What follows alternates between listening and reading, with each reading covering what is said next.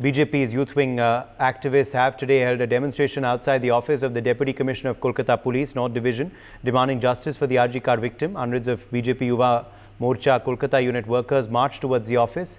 Activists, led by BJP's Sajal Ghosh, demanded the removal of Deputy Commissioner North Abhishek Gupta, under whose jurisdiction the RG Kar Medical College falls, and the Kolkata Police Commissioner Vineet Goyal. Protesters were seen clashing with the police and breaking down barriers. Besides BJP workers, CPIM party workers also staged a protest in the Lal Bazar area of Kolkata, demanding justice for the woman doctor who was raped and murdered at RG Kar Medical College and Hospital. Renik Datta is joining us for more on this story. Renik, BJP's youth wing continues its protests.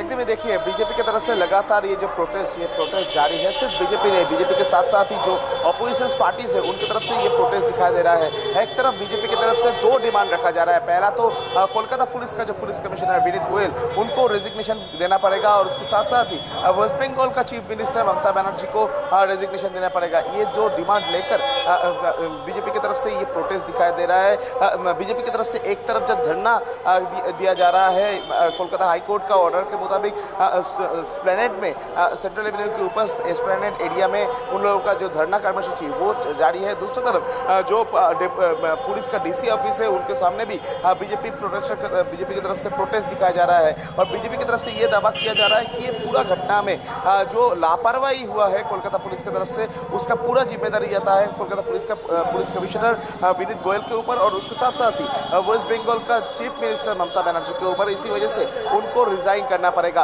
दूसरी तरफ अगर देखा जाए, same demand को लेकर ही आज फिर से एक बार कोलकाता पुलिस का हेडक्वार्टर लाल बाजार उधर तक लाल बाजार के सामने सीपीआईएम की तरफ से प्रोटेस्ट जारी है। सीपीआईएम की तरफ से जब प्रोटेस्ट किया जा रहा था बेंटिंग स्ट्रीट में, उनका जो रैली को रोक दिया गया है।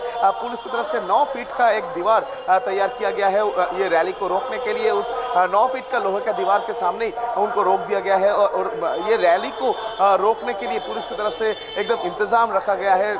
टीयर सेल भी तैयार है, और उसके साथ साथ ही वाटर कैनन भी मौजूद है। यानी कुल मिलाकर एक तरफ जब बीजेपी की तरफ से कोलकाता पुलिस का पुलिस कमिश्नर और ममता बनर्जी का रेजिग्नेशन का डिमांड किया जा रहा है, उसी सिचुएशन में सीपीआईएम की तरफ से भी सेम डिमांड किया जा रहा है कि कोलकाता पुलिस का जो पुलिस कमिश्नर उनको रिजाइन करना पड़ेगा, क्योंकि पहले दिन से कोलकाता पुलिस की तरफ से ये केस को छिपाने का कोशिश, ये केस को दबाने का कोशिश किया गया था, ऐसा सीपीआईएम का दावी है। और इसी वजह से सीपीआईएम की तरफ से ये डिमांड रखा जा रहा है कि कोलकाता पुलिस का जो पुलिस कमिश्नर उनको रिजाइन करना पड़ेगा, और इसी डिमांड को लेकर आज सीपीआईएम की तरफ से ये रैली किया गया था। एस्प्लेनेड से लेकर लाल बाजार तक ये रैली चलने वाला था, मगर एस्प्लेनेड से लेकर जब बेंटिंग स्ट्रीट में ये रैली पहुंचा, बेंटिंग स्ट्रीट में ये रैली को पुलिस की तरफ से रोका गया है, और पुलिस की तरफ से ये रैली को रोकने के लिए जो फोर्स भी इंक्रीज किया गया है। जो रैपिड एक्शन फोर्स उनको मौजूद रखा गया है, कॉम्बैट फोर्स को मौजूद रखा गया है, उसके साथ साथ ही वाटर कैनन रेडी रखा गया है पूरा ये चीज़ को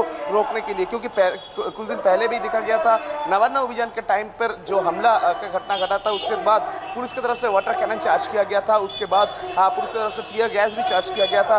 उसी सिलसिले में आज प्रोटेक्शन के तहत पुलिस की तरफ से ये प्रिकॉशन लिया गया है, और ये रैली को अभी तक फिलहाल बेंटिंग स्ट्रीट में रखा गया है। पुलिस का एक बैरिकेड ये सीपीआईएम का जो कर्मियों हैं उनकी तरफ से तोड़ा गया था। दूसरी तरफ अगर देखा जाए, बीजेपी की तरफ से भी लगातार जो प्रोटेस्ट जारी है। बीजेपी की तरफ से धर्मतला में प्रोटेस्ट दिखाया जा रहा है, धरना किया जा रहा है। दूसरी तरफ बीजेपी के जो और भी मेंबर्स है उनकी तरफ से जो कोलकाता पुलिस का डीसी ऑफिस है, उस डीसी ऑफिस के सामने भी आज प्रोटेस्ट दिखाया गया है।